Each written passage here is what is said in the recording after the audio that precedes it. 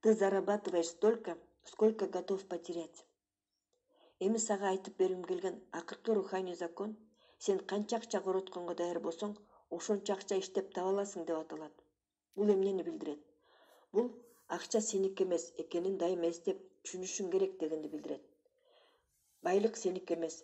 Сен байлыгың менен убактылуу колдонгонго гана укугуң бар. Өзүңдү кыйнава. Сен түбөлүк жашабайсың. Бул акчаларды Кудай бергенин түшүн. Ушул бийликти дагы, билимди дагы Кудай берген. Жана сенде канчалык көп болсо, ошончолук сенден суроо талап чоң болот. Сен өзүңдө эмне болсо, ошолор менен бөлүшүшүң керек. Сага Кудай бул акчаларды башкаларга кам көрсүн деген максатта берген. Сен болгону себепчисиң. Кудай сенин колуң аркылуу башкалар үчүн жумуш ордуларын түзгөн.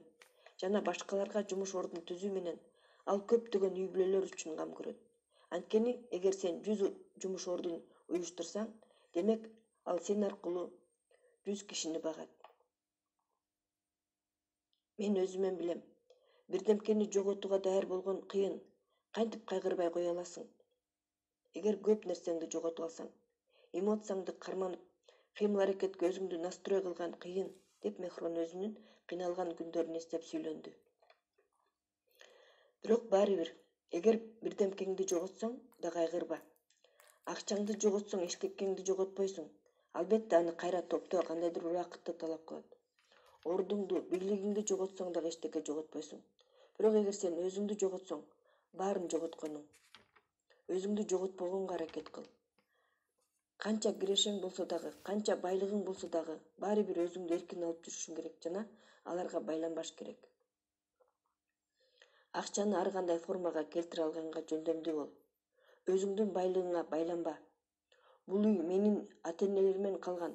Эми мен бул үйдө жашоомдун акырына чейин жашашым керек жана үйдү неберелериме өткөзүп беришим керек деп айтпа.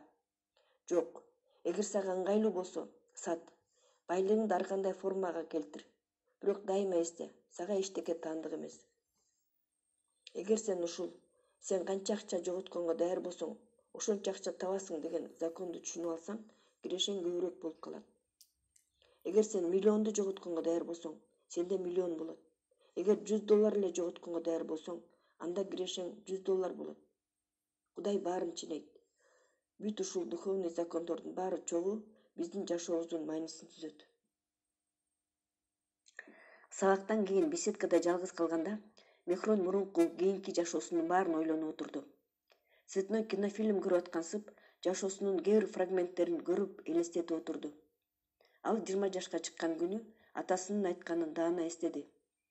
Ал руханий жакты унутуп, материалдык байлыкка гана умтулбаш керек деген. Байлыктын өзү адамды бактылуу кылбайт.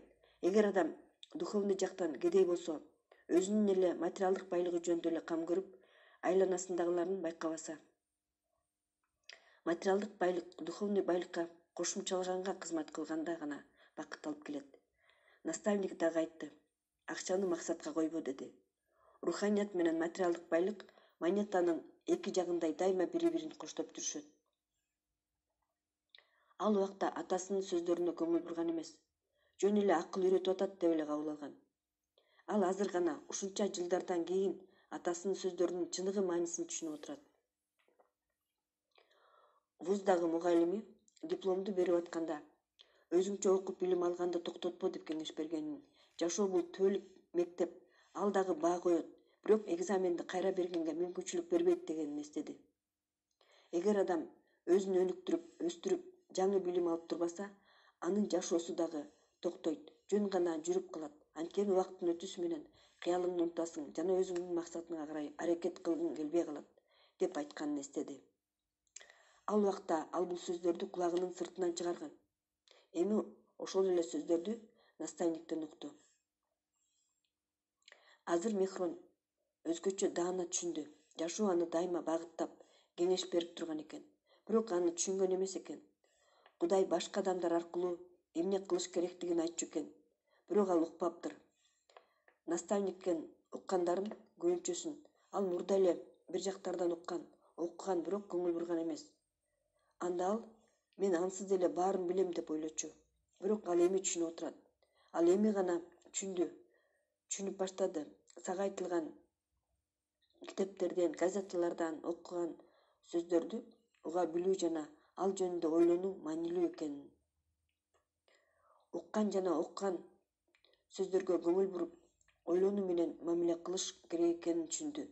Жашоонун бизге айткандарын түшүнүп жана аны жашоодо колдонууну маанилүү экенин түшүндү. Анткени мүмкүнчүлүк дайыма бар, бирок биз аны байкабайбыз, демек колдонбойбуз. Биз көңүл коюп жүрүшүбүз керек.